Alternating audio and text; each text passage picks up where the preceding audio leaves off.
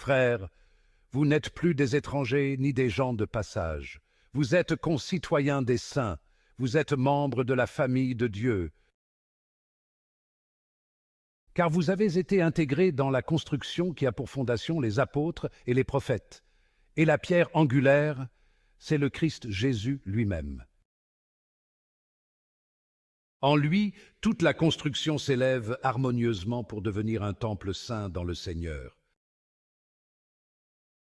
En lui, vous êtes, vous aussi, les éléments d'une même construction pour devenir une demeure de Dieu par l'Esprit Saint.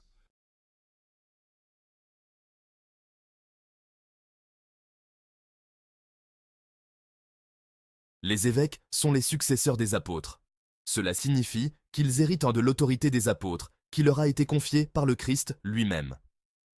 Tout comme les apôtres ont été chargés de répandre l'Évangile, les évêques le sont aussi. Cette succession apostolique assure la continuité des enseignements et de la direction de l'Église à travers l'histoire. Les évêques portent le poids de cet héritage, chargé de transmettre la foi dans sa plénitude. Ils sont les gardiens du dépôt de la foi de l'Église, chargés de préserver et de proclamer la vérité de l'Évangile à toutes les générations. Cette lignée remonte à la Pentecôte. Lorsque l'Esprit Saint est descendu sur les apôtres, ils ont été remplis de la puissance nécessaire pour accomplir leur mission. Ce même Esprit Saint continue d'œuvrer à travers les évêques aujourd'hui. Cette succession apostolique garantit que l'Église reste fidèle aux enseignements du Christ. Grâce à cette lignée ininterrompue, l'Église reste fondée sur la vérité révélée par le Christ à ses apôtres. Les évêques sont chargés de la mission de prêcher l'Évangile à toutes les nations. C'est un devoir solennel transmis à travers les âges.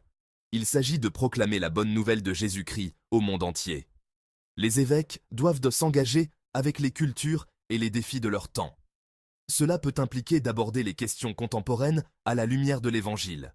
Cela exige également d'eux qu'ils fassent preuve de courage en affrontant l'injustice et l'erreur. Leur mission s'étend au-delà de leur propre diocèse. Ils sont appelés à collaborer avec d'autres évêques. Ensemble, ils abordent les problèmes mondiaux qui touchent l'Église et le monde. Cette préoccupation universelle reflète l'amour universel de Dieu.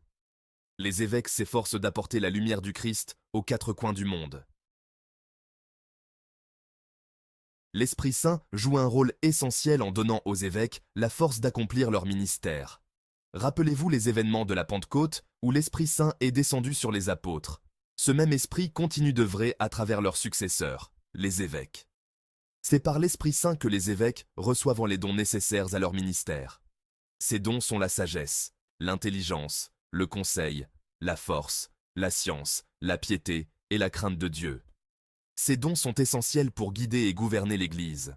Ils permettent aux évêques de discerner la vérité, de porter des jugements saints et de diriger avec courage et compassion.